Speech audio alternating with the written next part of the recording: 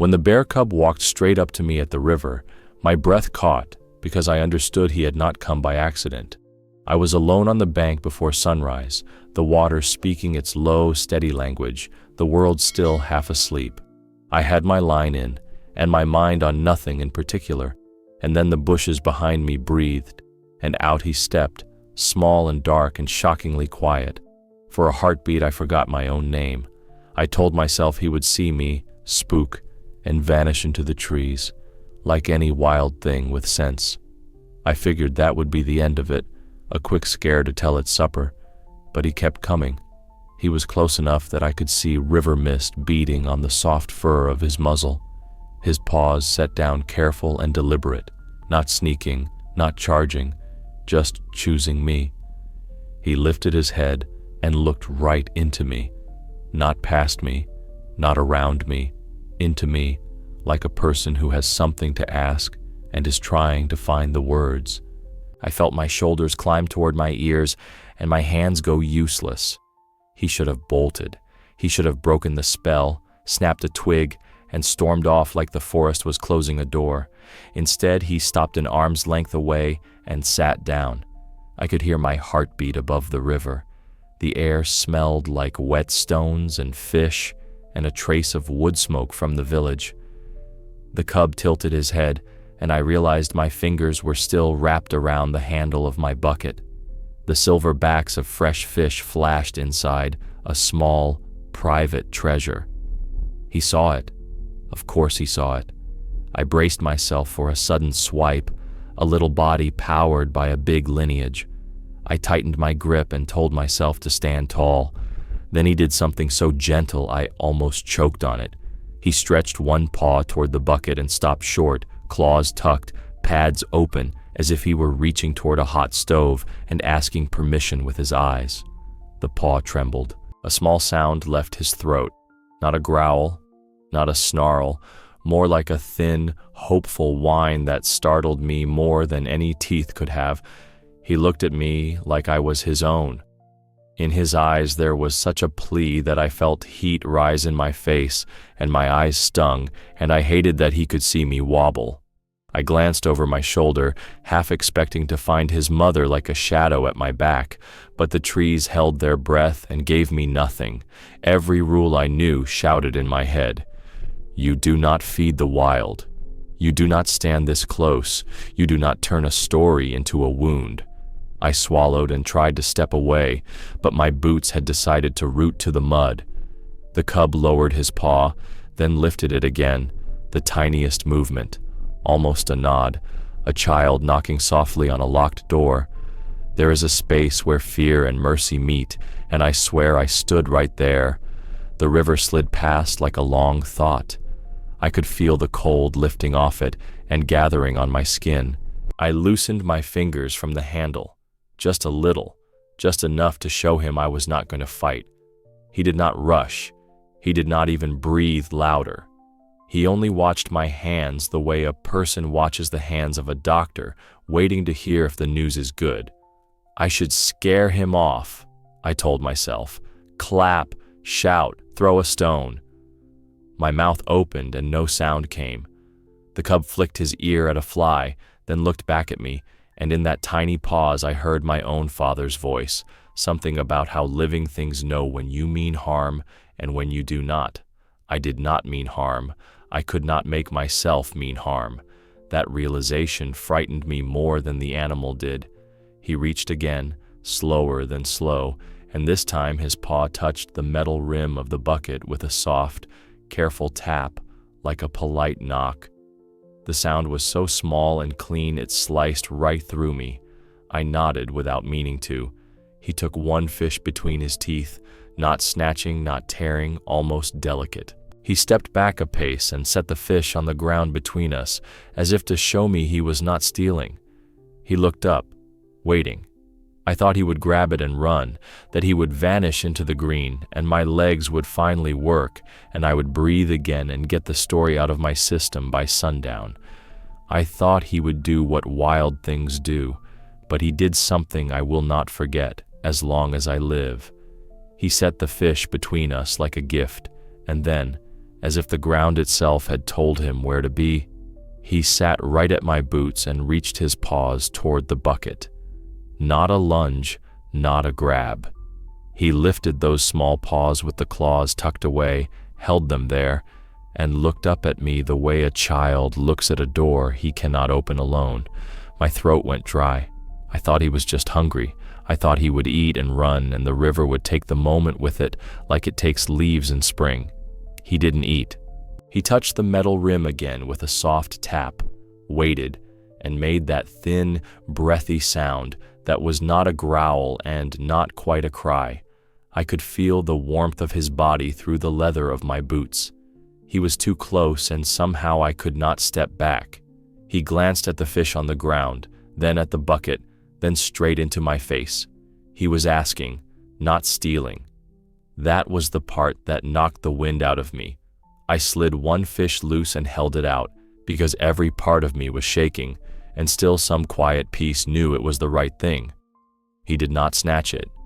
He took it carefully, retreated one small pace, set it down beside the first, and pressed it closer with his nose as if he were lining up a pair of shoes. He looked over his shoulder toward the tree line and then back to me, waiting. I felt something in my chest lift like a bird. He scooted nearer, paws back to the bucket, showing me his open pads again, and I heard myself say, slow, like he spoke my language. My hands remembered their job. I eased another fish out, smaller this time. He watched my fingers more than the silver body, watched the way I moved, the way the river watches its own banks. He took that fish as gently as the first. He did not taste it. He did not even mouth it. He carried it like a promise and put it down beside the others. The river kept its steady talk. A jay heckled us from a branch and then thought better of it and went quiet.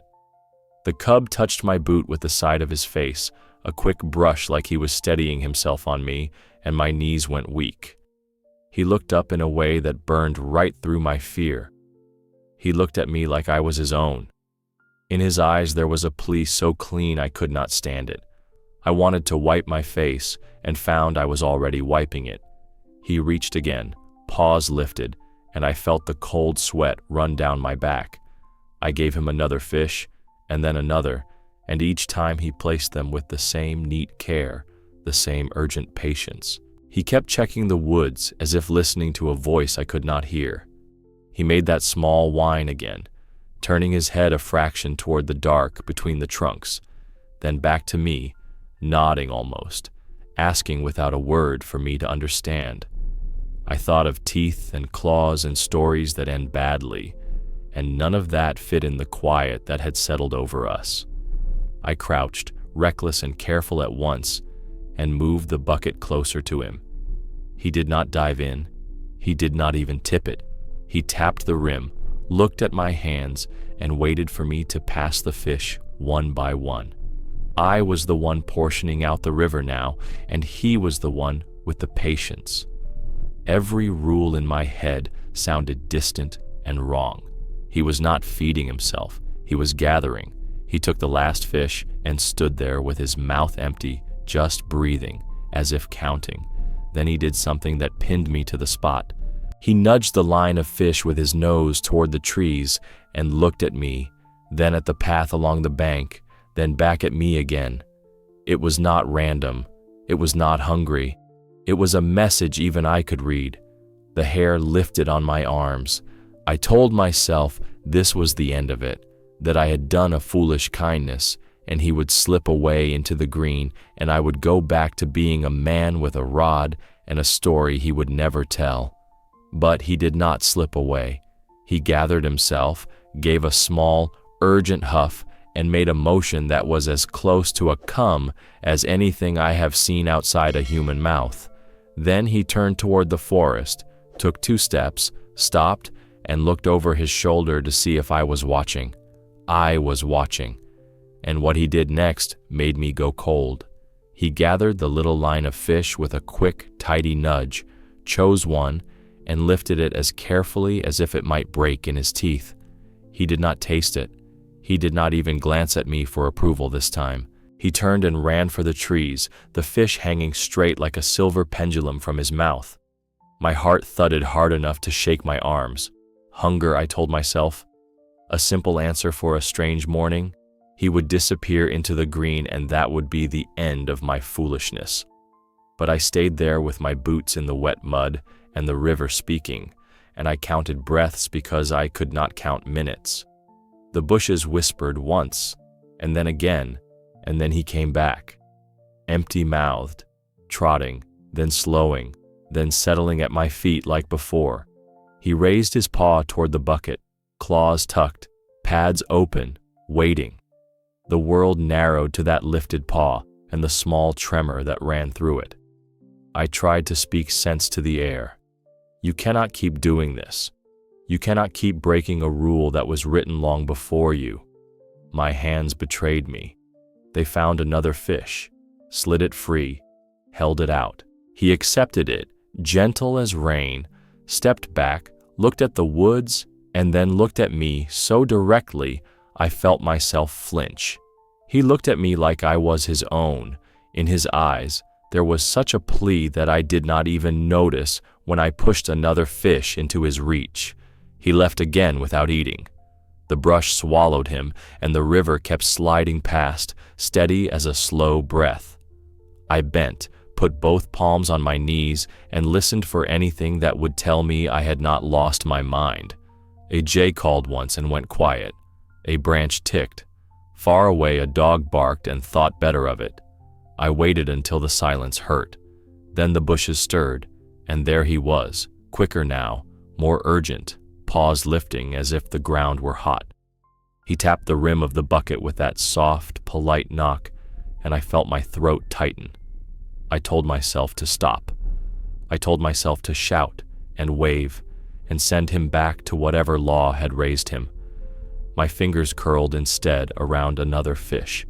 He did his careful work again. Take, back away, glance toward the trees, set the fish down for a heartbeat as if counting, then lift it and go. Not feeding, ferrying. The word slid into me and lit up the dark corners I had been trying not to look at. I didn't chase him. I stood there with my fear warming my spine and my bones humming. I pictured a hollow tucked under roots, a small den, a tangle of dry grass, and the soft sound of a cub eating fast and secret. I told myself that was it. I was sure he was hauling the catch to his den, that this was a strange kindness with a simple story wrapped around it, and I could go home with my hands shaking, and my pockets light, and my mouth full of river. He came back again, sooner than made sense, and this time he didn't reach straight away. He pressed his shoulder against my shin like he had before, as if bracing himself or testing me. Then he lifted his paw and waited, perfectly still, eyes on my hands, and in them that same clean plea that made my chest ache. I passed him another fish. He took it and hesitated, looking toward the trees and then back at me, as if measuring the distance between us and whatever waited in that green quiet. My fear went one way and my gratitude went another, and I stood right between them, dizzy. I told myself this was nearly done, that he would finish his secret errand and vanish for good. I told myself I would shoulder my gear and let the river wash the morning out of me. I told myself I would sleep that night. The lies tasted thin. He returned yet again, quicker, breathing harder now, and I realized he had not eaten a single bite. His muzzle was clean, his throat still. He tapped the metal rim, then flicked his gaze toward the path along the bank. A small huff left him, almost a sigh, almost a word. I understood nothing and felt everything. I gave him one more fish because I could not bear the look in his eyes. He took it like a promise and gave me a long, steady look in return that felt like a hand on my shoulder. I thought the morning had found its shape and would keep it. I thought hunger had explained the mystery, and the woods would close behind him and let me go back to being ordinary. But he shifted his weight, lifted that paw again, and this time he did not take the fish I offered. He held still until I met his eyes, then stepped away a few paces, turned, and stared at me as if to say I was not done here. I felt the cold rise from the river and move through me like a warning and an invitation at once. I was sure he was carrying the catch to his den, that this was some small miracle I could fit into the old stories and seal with a nod. But when he disappeared into the trees and came back yet again, more urgent than before, paw lifted high and eyes burning with that same plea, I knew I could not pretend I understood. Something waited in the woods that had nothing to do with his own hunger, and before I knew it, I was leaning forward, listening for it, ready to follow wherever that small, impossible guide would lead. He took 3 quick steps toward the trees, stopped, and looked back to see if I would follow. I don't know what part of me moved first, fear or something that felt like duty, but I lifted the bucket and went after him. The forest closed around us with the smell of wet bark and iron-rich earth. He trotted ahead with a fish in his mouth, then slowed at a bend in the path to make sure I was still there. Every few paces he glanced over his shoulder, and each glance felt like a thread pulling me deeper. We crossed a narrow trickle where the river had escaped itself. He hopped it, looked back, and I stepped over like a man learning to walk. My breath was loud in my ears. He made a thin, high sound, almost a whistle, and there was an answer deeper in the trees, softer, like something trying not to be heard. I stopped cold. He turned, lifted his paw, and waited for me to move. He looked at me like I was his own. Whatever we were doing it together. We pushed through alder and fern until the light gathered into a small, quiet bowl of ground. That's where I saw her. She lay on her side under a leaning pine, her great body still as river stone, ribs moving shallow as a moth's wing. One eye showed, dull but open, and the flies kept trying their luck and losing it. The cub went straight to her. He set the fish down beside her muzzle and nudged it closer with his nose, as carefully as he had lined them up at my boots. Then he made that small sound again, thin and pleading, and pawed at the corner of her mouth the way a child might shake a sleeping hand. My legs forgot that legs are made for standing. I lowered the bucket without meaning to and felt my throat burn. I don't talk about the times I cry, but the truth is, I did not have a choice. I had never seen anything so tender and so terrible in one breath. He pressed his forehead to her cheek and then looked up at me, and there was no wildness in the look, only that same clean plea that had dragged me into the woods. I could not believe my eyes. I had tried so hard to be practical about the morning, but there it was, a child feeding his mother with the river's silver and the forest holding its breath around them. I thought that was the end of the story, a child feeding his mother, and everything made sense. I thought I had been brought to witness a simple truth, and I could go home with a heart heavier and somehow lighter. But the truth did not stop there. She opened her mouth a little and then let it close. The fish lay against her lips, untouched. The cub pushed it closer, then tried to slide it in, but her jaw trembled and would not obey. He made that thin cry again and touched her with his paw, and I felt something inside me shake loose. He went back to the bucket and lifted a second fish, hurried to her, set it beside the first, then looked at me as if to ask, "Now?" It was not hunger that had sent him to me. It had never been hunger. It was love dressed up as urgency, and I felt small in front of it.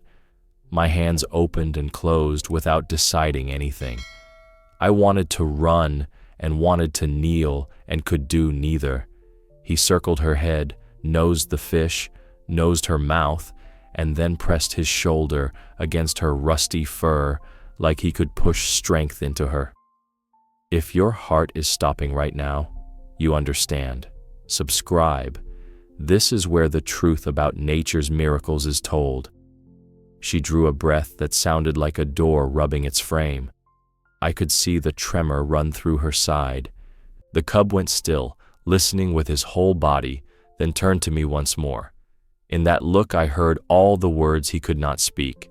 Help, please, do not be afraid. My feet took one step forward and the world tilted. Every rule screamed, every instinct pushed back. And yet the way he watched my hands made those rules sound far away, like someone else's instructions for someone else's life. I crouched at the edge of their circle and put the bucket down between us. He did not bristle. He did not warn me off. He pressed closer to her and left space for me the way you might make room at a bedside. I felt the cold of the ground through my knees and the heat of fear along my spine. I slid one fish nearer to her chin. Her nose twitched. The cub gave that tiny, breathy sound, hopeful and breaking my heart at the same time. I wanted the forest to tell me what to do. I wanted a sign that would make this safe, sane, permitted. Instead, I had a small bear who had chosen a man with a bucket and brought him into a quiet clearing to witness something too big for words. I lifted the fish again and tried to angle it, clumsy and gentle at once, and her lip quivered but would not part. I told myself I had seen all there was to see, that I would back away and let the world arrange itself without me. I told myself the story could end here because it made a kind of sense, a circle of care in the shadow of a leaning pine. But the cub looked from her to me and back again, and that clean plea in his eyes refused to let me go. I thought it was the end. It wasn't. The forest had held something else behind its teeth, and I could feel it waiting just beyond the next breath. She tried to open her mouth and could not. The fish lay bright and useless against her lips. The cub fussed in a small circle, whining under his breath like a kettle about to sing. He nosed the fish, pushed it closer, pawed at the corner of her jaw with the care of someone handling glass. Her breath came thin and ragged. I felt the whole forest lean in and listen. I told myself to back away and let the wild keep its rules. I wanted to leave and forget this, but my feet locked where I stood. He tried again. He took the fish between his teeth and worried at it, trying to tear a softer piece, shaking his head in short, urgent jerks the way a child shakes a stuck drawer. A strip came free.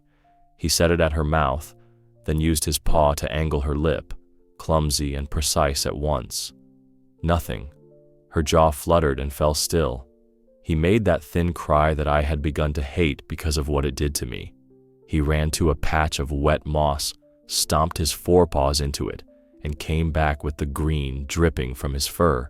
He shook water over her muzzle like a tiny rain and licked her cheek as if to wake her. Then he pressed his shoulder against her face and pushed as if he could tilt life back into place.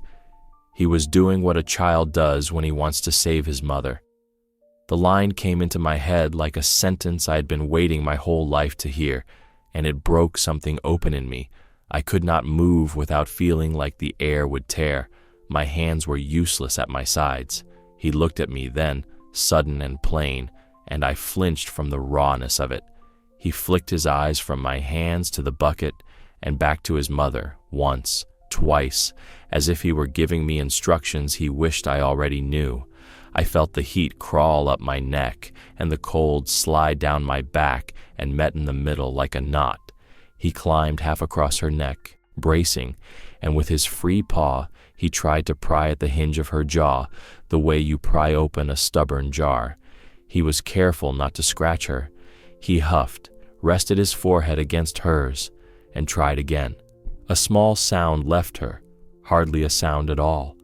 He stilled, listening with his whole body, then turned to me with a look that felt like a hand on my sleeve. I took a step without meaning to, and the ground lifted beneath me. I stopped because fear knows my name. Every rule I had ever learned about animals and distance and lines you do not cross shouted from the trees. I told myself I was a fool with a bucket and a bleeding heart, that this was not my place, that kindness could be a kind of harm. I told myself to go. The cub nudged the torn strip of fish against her mouth again and made that small, breathy whine that reaches deeper than any shout. He got an idea then. I swear you could see it land." He grabbed the strip, chewed it once, twice, to mash it softer, and tried to pass it with his tongue along her lip, as if feeding her the way she had once fed him. It did not work. He tried again. He kept his claws tucked, his movements small, his patience endless. I could not breathe right. The line between fear and reverence blurred until I stood in both at the same time and shook. He gave up on the strip and went for another fish, smaller, more tender. He laid it across her mouth and held it there with his paw, waiting, counting breaths. When she did not move, he took his paw away and glanced at me with a question that had no words. The look said everything. "Help. Please. Do not make me do this alone." My legs bent on their own, a slow fold, like a man kneeling at a bedside. I reached out and snatched my hand back like I had touched a live wire. My chest hurt. The air tasted like metal. I stared at my useless fingers and hated them for their shaking. He did not bristle at my nearness. He did not block me. He made a little space, as if shifting over to share a pillow, and kept one paw on her fur so she would know he was still there. That trust cut me deeper than any tooth could have. I told myself I had seen enough, that the story had its shape. A child feeding his mother with all the grace a small body can hold. I could walk away with the truth of it burning clean in me and let the woods close behind my back. I pictured my door, my chair, the way silence would sit with me in the dark. I even took a breath for leaving, but the cub's eyes would not let me go. He glanced at the bucket, at my shaking hands, and then right into me, steady as a vow. My throat worked around words that would not come. I slid the bucket a hand's width closer, and he did not flinch. He placed his paw lightly on the rim, as if blessing the motion, and looked between us again. The sound that left him then was so soft, I almost missed it, a thready thread of need pulling through the space. I understood nothing and everything in the same instant. I thought the forest had shown me all it had to show, that I could step back and let the ending land where it wanted. I thought the lesson was simply this love on the ground, and I could carry it home like a lamp, but the way he waited for my hands told me the story was not finished. I was one breath from running and one breath from reaching in. I did not know it yet, but the next breath would decide which kind of man I was. I slid one fish along the needles until it touched the seam of her lips. My hand shook so hard, the scales rattled against the metal of the bucket. Sweat ran down my ribs, though the shade was cool. I could feel my heartbeat in my teeth. I told myself this was as far as I would go, that I would set the food close and back away and let the forest decide the rest. I thought my courage would end there. And then I saw his face. He did not bristle or bluff. He did not show teeth. He watched my hands the way a drowning man watches the rope that's been thrown to him, and his eyes softened into something I can only call thanks. He blinked slow, lowered his head, and breathed out a small, even huff as if to steady me. I angled the fish a fraction, clumsy with fear, and the tip of her tongue flicked once, a frail pink petal against silver. It was almost nothing, and it took the breath right out of me. I eased another fish closer, then another, making a little crescent against her muzzle like a plate set at a bedside. The cub fussed, then settled, then pressed his shoulder to her cheek as if to lend her his small strength. He looked at me like I was his own. I could hear the river far off, a low promise. I wet my fingers with spit, then with the last of the water in the bucket, and touched the fish to her lips so the scent would carry. My hands would not stop shaking. I was afraid they'd tear me apart, but I felt I was doing what I had to. The bucket went light too quickly. I stared into its shine and felt a fresh wave of panic. I whispered, "Stay," to a cub who did not speak my language, and stood slow so the air would not shatter. He did not move to stop me. He stepped aside, giving me the path, then checked his mother and looked back as if to say, "Hurry." I backed out of the clearing, never turning my spine to them, and when the trees swallowed the sight of them, my legs finally found speed. At the river, I worked like a man chased. The line sang, the water gave, and every splash sounded too loud.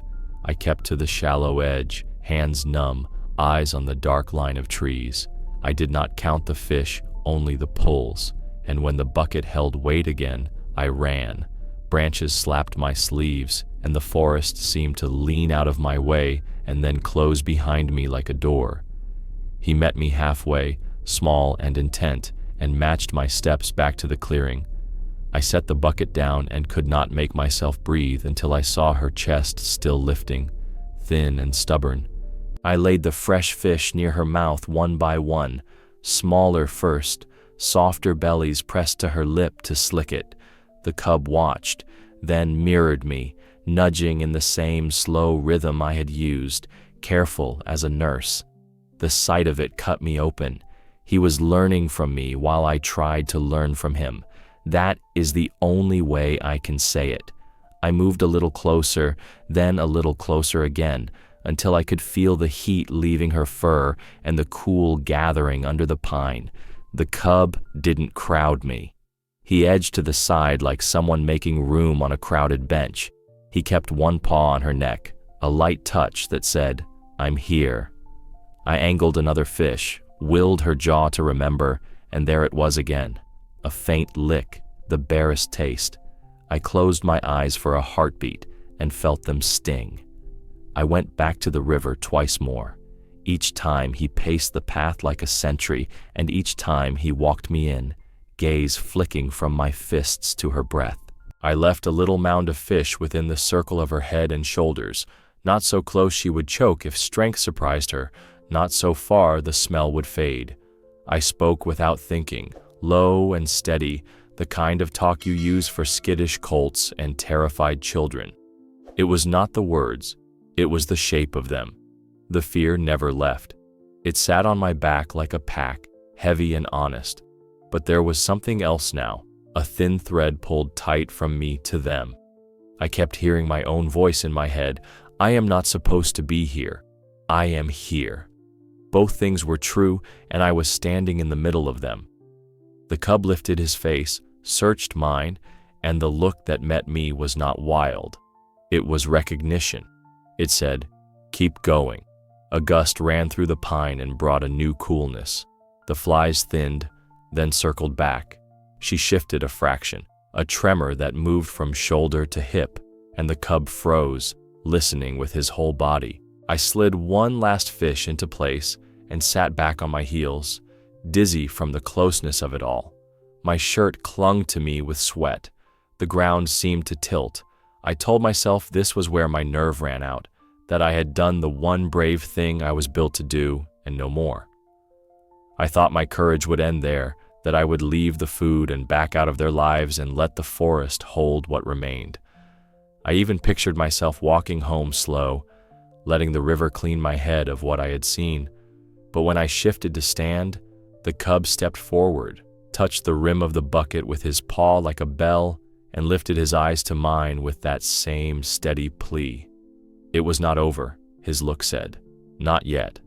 And some part of me, the part that had followed him into the trees, understood that I would be asked for more than one brave act before the day was done. The next morning I went before first light, telling myself I would bring a little and be done. He was already there, sitting where the sand darkens at the water's edge, facing the path like a sentry who had kept his post all night. For a heartbeat, I thought he might have given up on me, that yesterday was the whole story, and the forest had closed the book. Everyone thought his mother would not make it, and that would be that. But he stood when he saw me, lifted his paw in that small, careful way, and I knew I was not finished. I handed him a fish, and he did not eat. He turned at once and led me in, stopping at the little stream so I could step across, then glancing back until I followed.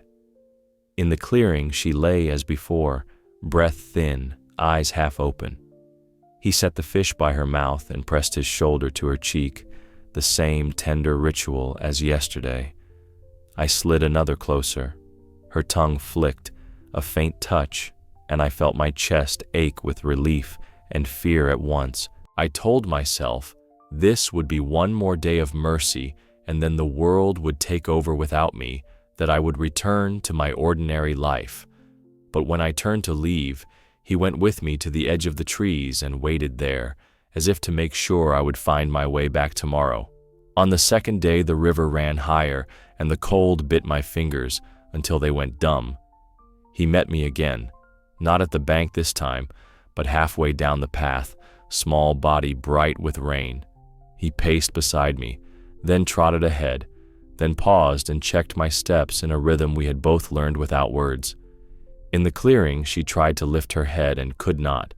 He fussed, nudged, made that thin sound, and I placed the softest fish where her lip could taste. A lick, another, the smallest progress, and it felt like sunrise inside my ribs. By the third day, the village had begun to whisper.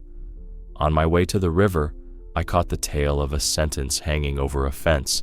The fisherman feeds bears. Someone laughed like it was a joke you should not repeat. Someone else said nothing, which said more. I kept my eyes on the road and my mouth shut.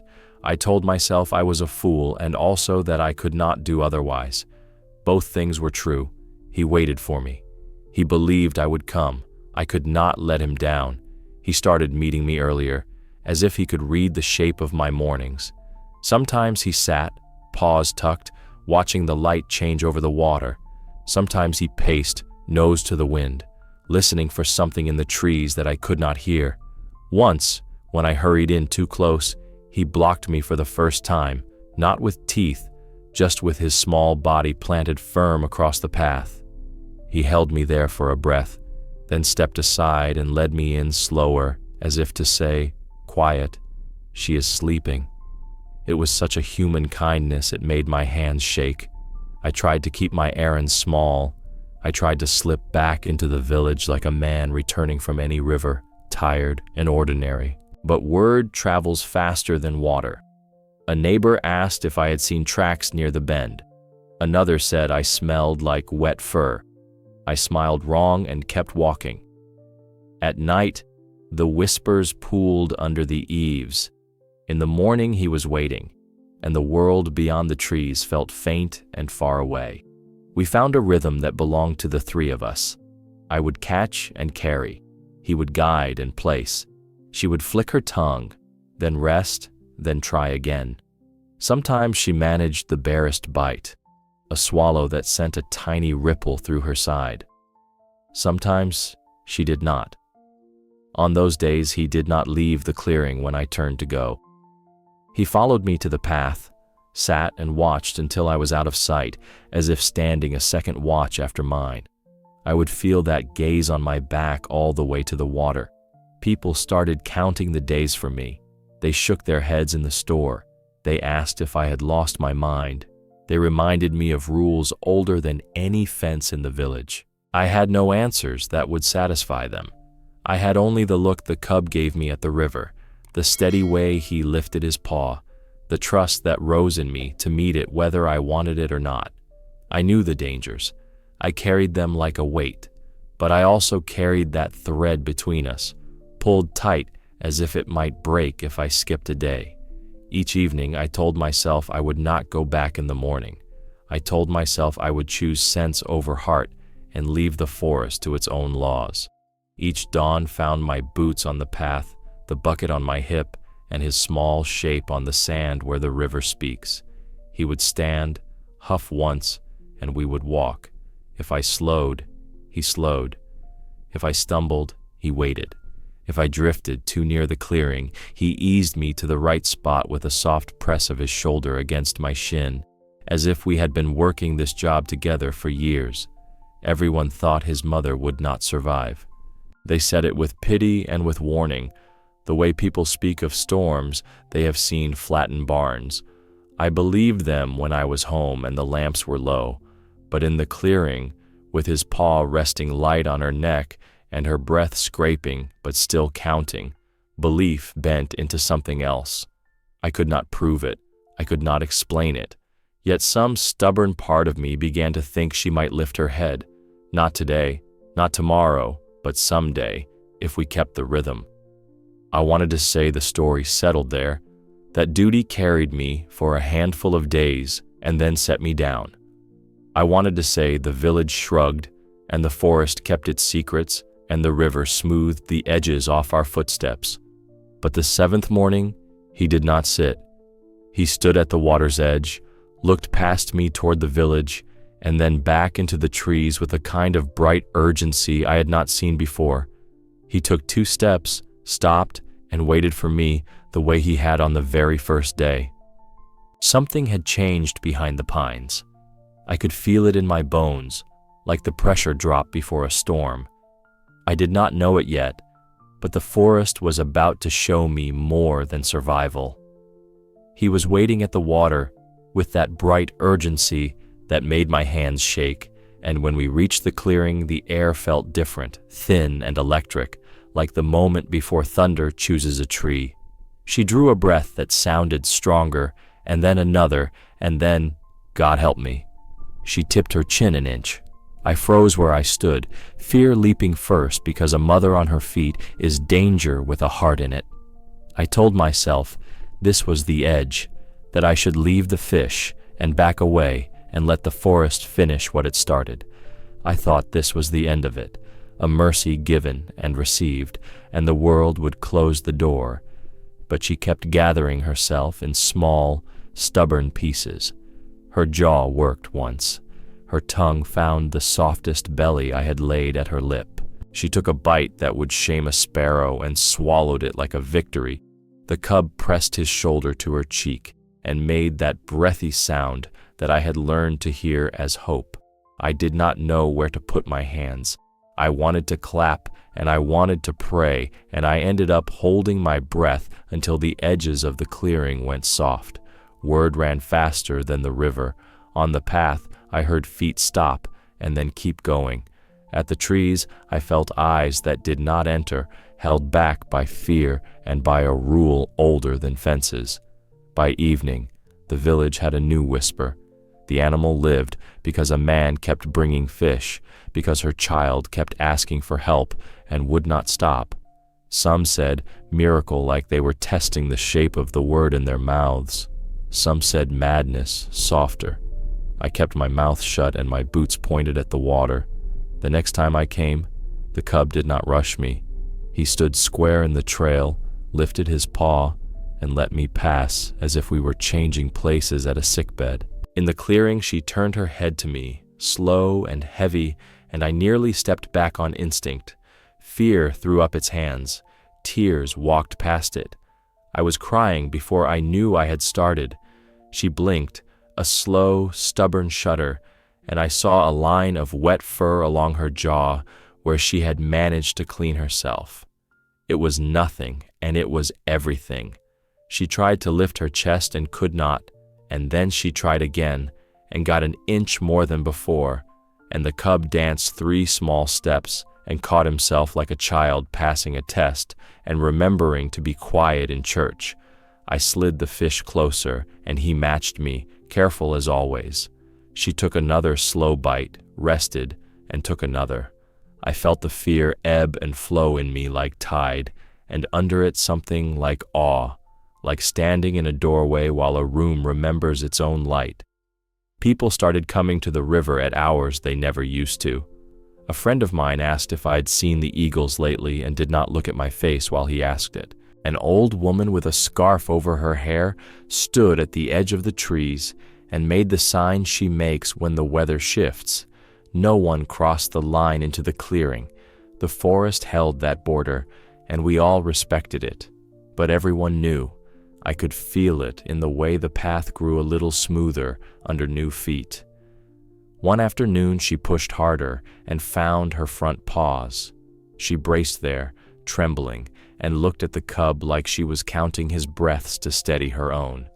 He made that hopeful whine, the one that threads a needle straight through a man's chest, and she lifted a fraction more. I leaned forward without meaning to, caught myself, and shook. She sank back down, and I felt fear rush in again, a cold that started in my stomach and climbed. Then she tried once more and held the rise long enough to take 2 bites in a row. I had to sit back on my heels because my legs forgot what standing was. He waited for me. He believed I would come. I could not let him down. The words kept showing up in my head like a bell I could not stop hearing. He watched me place the fish. He watched me step away. He watched me breathe. He looked at me like I was his own. And for the first time since the morning he found me, I let myself believe we 3 had made a small family out of fear and patience and river water.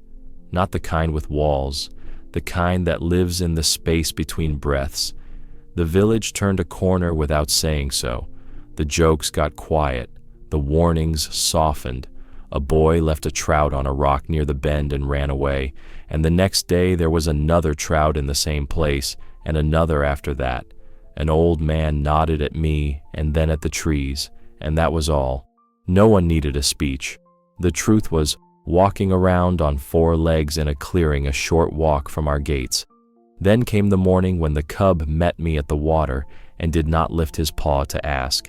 He simply turned and trotted in, sure I would follow, and I did. In the clearing she gathered herself and rose onto her forelegs, slow and shaking, a great ship coming off its blocks after a long fix. She collapsed once and tried again. The 3rd time she held it and panted there, head low, eyes half shut.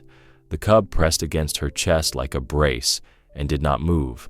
I could feel my fear and my joy arguing inside me, and both of them were right.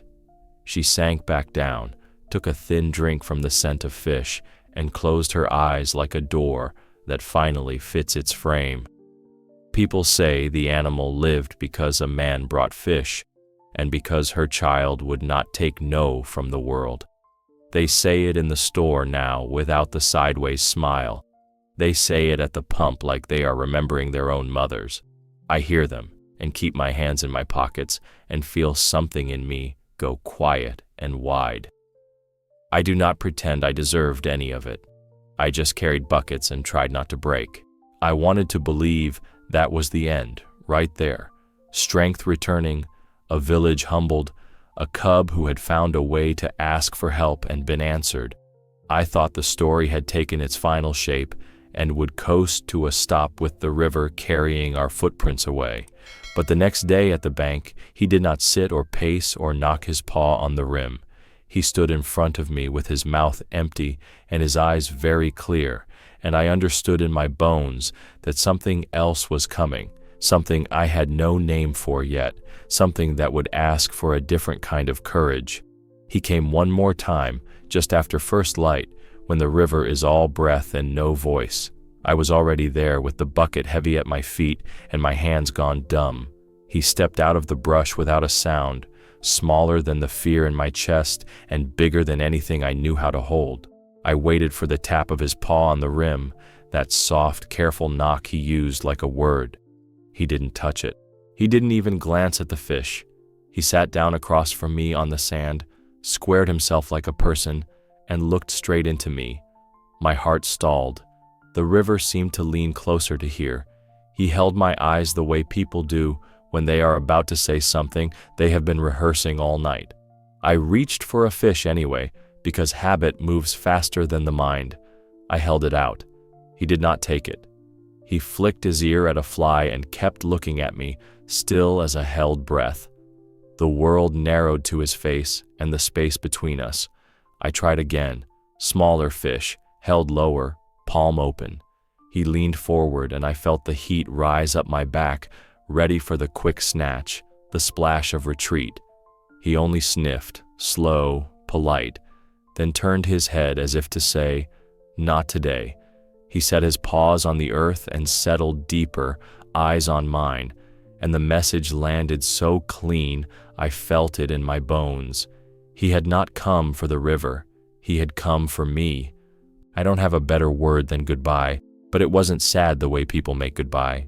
It was steady. It was a closing of a circle I hadn't known I had stepped into.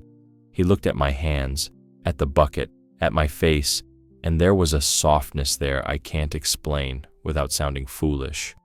He looked at me like I was his own. In his eyes there was a thanks so plain I felt my throat burn and my eyes fill before I could stop them. He stood then, slow as if he didn't want to startle me, and took 2 steps toward the trees. He stopped, turned, and looked again, long enough that my knees went weak. I could hear my father's voice, and my mother's, and every rule I had ever been told about not putting your heart where teeth live. None of it mattered.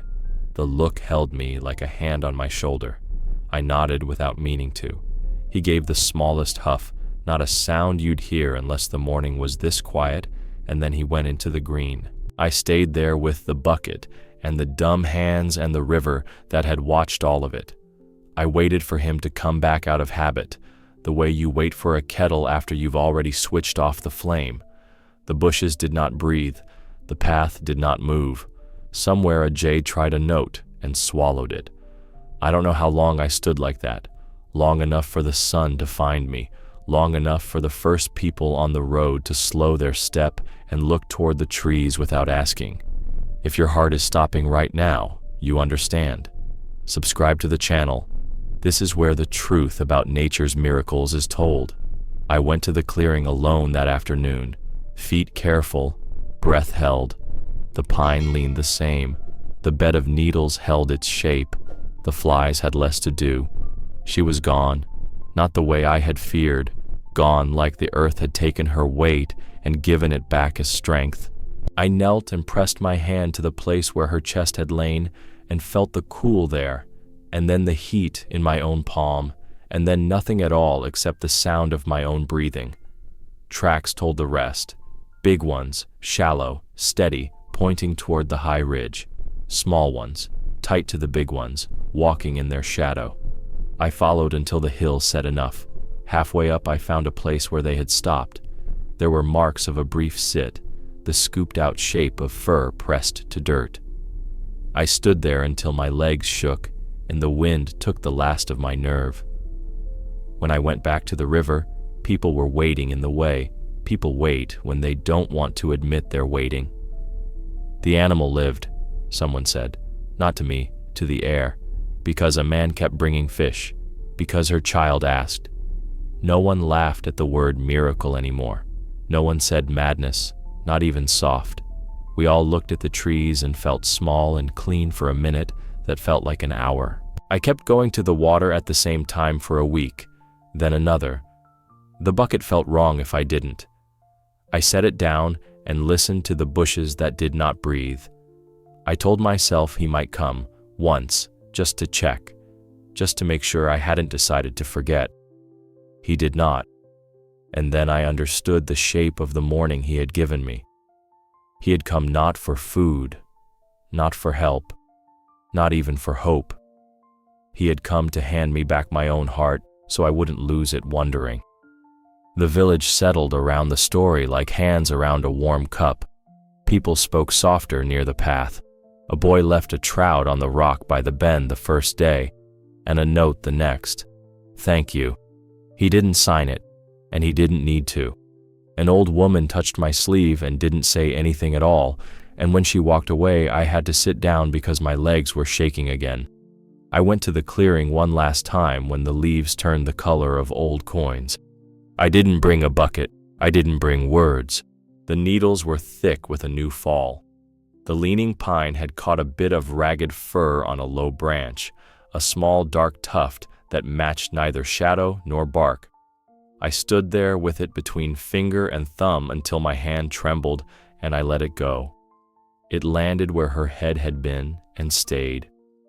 On the way back, at the edge where the trees give you back to the river, I stopped because the world had taken on that empty full feeling it gets, like a room after a song. I saw my own tracks layered with the ones that had faded and the newer prints of the village feet that had come and looked and kept their distance. I tried to put what had happened into a line I could live with. He did not come for fish that last morning. He came to say thank you. I do not trust my memory when it reaches for pretty. I don't trust my need to make a story tidy. But I am telling you this, the way it happened.